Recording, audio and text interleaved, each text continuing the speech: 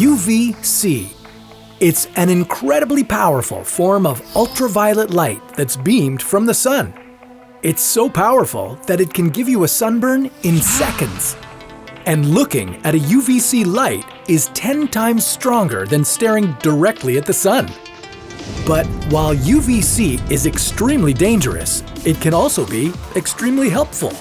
Since scientists figured out how to harness its power, UVC has been used to disinfect surfaces on public transportation, hospitals, and even money.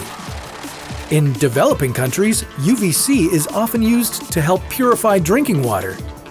Its reputation is established as a reliable killer of microbes.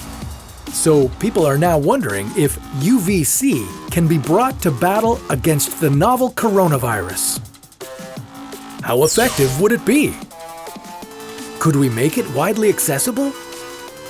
And could its side effects make the cure worse than the cause? This is What If, and here's what would happen if we could kill coronaviruses with UV light.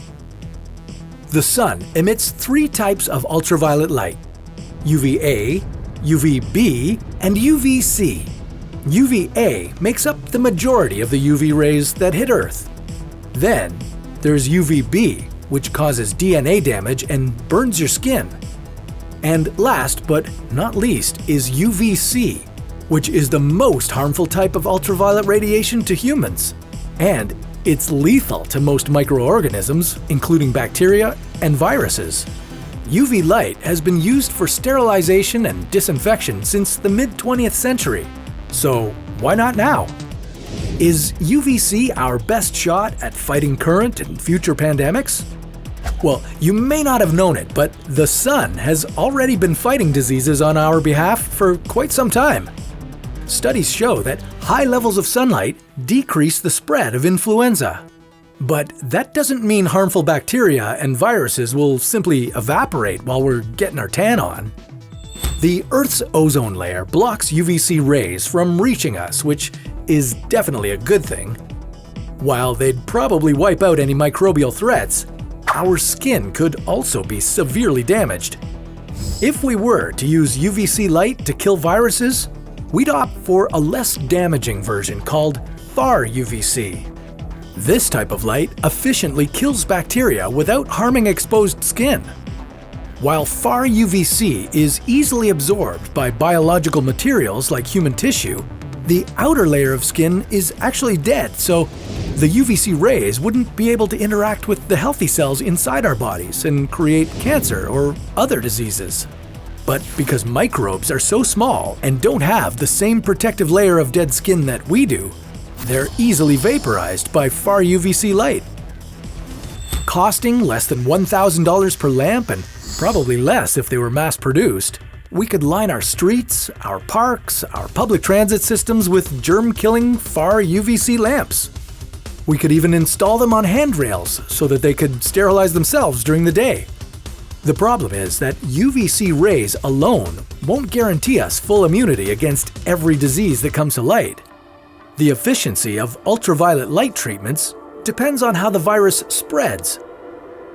If we're dealing with an airborne virus, UVC lamps might do the trick, but if it's a disease that's spread through direct contact, UVC lamps won't help us very much.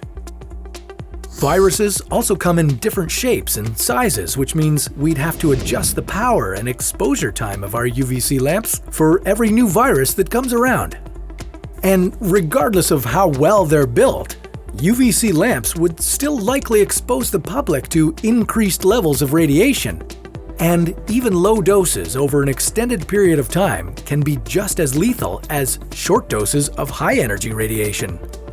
So, while we might enjoy a nice year-round tan, we'd also become more wrinkly and would be at a higher risk of developing cataracts.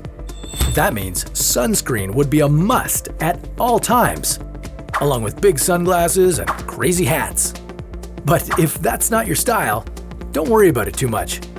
UV lamps don't offer full protection against a pandemic, but they could certainly help to flatten the curve. It's unlikely that towns and cities would convert every streetlight and lamppost to far UVC, but you could see more of them used in microbial hotspots. You know which ones I'm talking about. But just because new technology could help us fight new viral and bacterial threats, it doesn't mean we should forget the best ways to protect ourselves. Did you know that only 31% of men and 65% of women wash their hands after using the restroom? Let's fix that stat. Wash your hands, especially after using the bathroom. Unless you don't plan on leaving the bathroom at all. Do you know what would happen to you if you sat on the toilet for 24 hours? Well, that's a story for another What If.